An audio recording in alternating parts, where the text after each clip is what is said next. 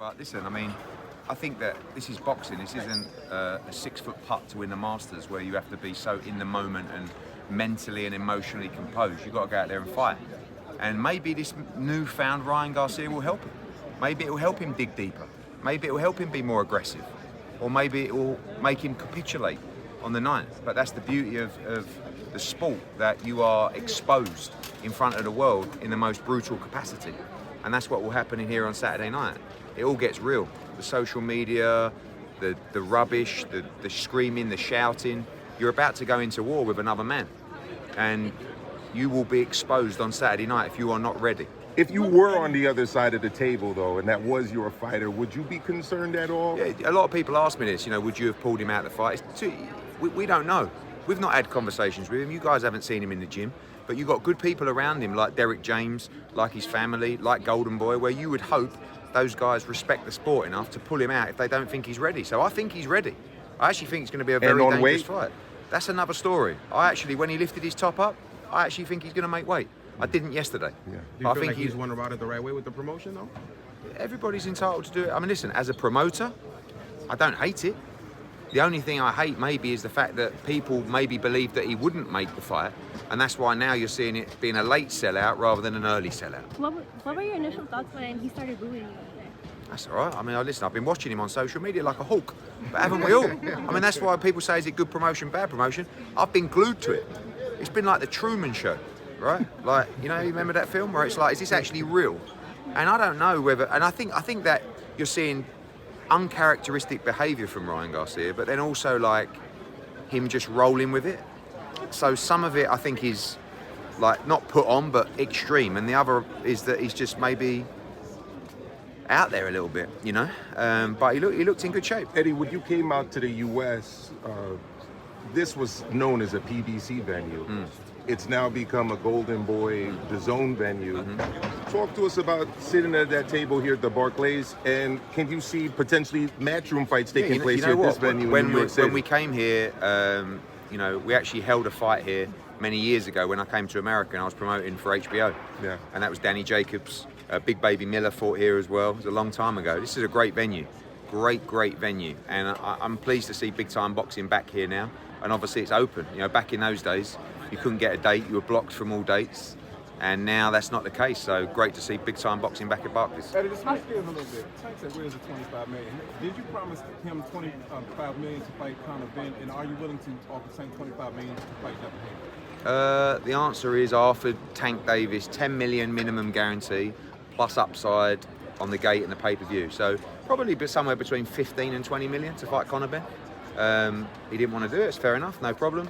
I worry about the Devin Haney Tank fight because there's no way Devin Haney would fight under 140 pounds. So Tank would have to be up at 140. And eventually, you asked Devin Haney there about unification fights, etc. I actually see Devin Haney moving to 147 eventually. He's going to fight. Obviously, he told me off last week because I said I think he'll vacate rather than fight Sandor Martin. He's already given me the instruction to try and make the Sandor Martin fight next because I think he wants to maintain his belts, and I like that. I'd love him to fight Subriel Matias, but in time I see him moving to 47. I mean, who's to say, in time Devin Haney against Boots, that's a fantastic matchup in time. But I would like to see Devin attempt to unify the division at 140 before he moves to 147. We mentioned 147. To piggyback on Matias, what's your thoughts on Matias saying he's not interested in fighting Devin Haney fight? Instead, he wants to fight Regis Prograis because Devin is not a big draw and he doesn't sell. No. The fight that we need to make is Subriel Matias against Teofimo Lopez. That's a good one. That's a serious fucking fight. And also Subriel Matias against Devin Haney.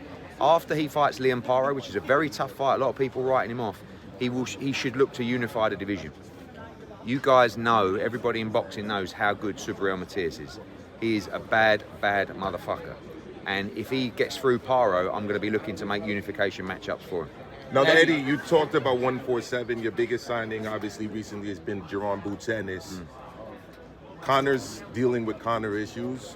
Can you provide an update on that? And what is the potential of that happening, a Boots Conor fight? Yes, it's there. I'm more interested at the moment. Obviously, he's got Cody Crawley's. He's mandatory. He has to get that out of the way. I would like to make Boots against Stanionis. I would like to make Boots against Barrios. as well. I think now there's a good opportunity to make big unification fights for Boots, whereas previously there probably wasn't. Crawford, Spence, they all know how good Giron is. And if you can bring the other guys into the mix and pay them well, I think they will fight Giron Ennis. But he'll be out in July, hopefully, bring him home to Philadelphia, and then want to make a big unification matchup for him, ultimately leading to what I think is one of the biggest and best fights in the sport, which is Terence Crawford against Giron Ennis. What about Conor Benn? He'll be back. We have to wait on a decision from the board and UCAD. They're all talking at the moment. I think next week, hopefully, you'll have some news on that. I would like Conor to fight Stanionis or Barrios. Can he fight in the US? Yes. So he's not suspended anywhere in the world at the moment. So he can fight in the Mideast, he can fight in the US, just not in obviously the UK. we want him. It's been nearly 2 years since the test. So you've seen a lot of other fighters, and I don't think he's played it perfectly, but you've seen a lot of other fighters who have got off in 3 and 6 months, getting cleared in less of a fashion than he was. Canelo's trainer Eddie Reynoso said that the offer you gave Canelo was disrespectful. That's why he chose. Who said that? Eddie Reynoso. Did he? Not sure he did, but please send it to me if he did. Eddie, switching gears a little bit. You just had a really big recent signing, Deontay Wilder. And, I think it took a lot Only of for people one night. Well, let's talk about it. You guys had a lengthy history. He said a lot about you. How does it feel for you to have him now on your team at what I'm sure is a lot less than $100 million you guaranteed him a few years back? I've always liked Gervonta. The problem is in boxing, people get told stuff. People who have agendas will tell fighters certain things, and before they've even met you, they've already decided how they feel about you. And obviously, I said a lot of things about Deontay Wilder because I was emotional. I was a bit younger. I wanted to make the AJ fight. He said a lot of stuff about me, etc. So this was a situation where His Excellency said, "You're allowed to sign someone for the heavyweight wildcard fight in the 5v5," and I wanted to sign what I thought was the best heavyweight available. That's Deontay Wilder. I think he's going to knock Zhang out, and then I think you're going to see him back into the Wilder fight, the AJ fight, etc. So he's a very, very good fighter. If he believes in himself, I think he'll be back with a bang on June 1st. So let's talk about that, Eddie. The temperament of Deontay Wilder. Talk to us about the temperament of Deontay Wilder. Yeah. A lot of people question his temperament after the ayahuasca trip that he kind of Yeah, look, sometimes you have to find yourself.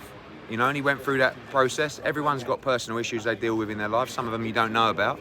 But the look that I saw in his eye in London, and when we were talking to His Excellency, was he's back and he's ready to be the old Deontay Wilder. It's one thing saying it. If he can do it, I think he'll knock Zhang out. And I will see you guys. Is he really your tomorrow. captain in the 5v5? Absolutely. I've chosen him as my captain. He's the most experienced fighter. He's the most accomplished fighter on the team.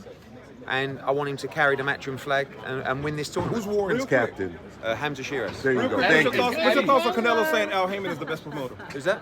So what's your thoughts on Canelo saying Al Heyman is the best promoter? Whoever he's working with at the time, he says he's the best promoter in the world.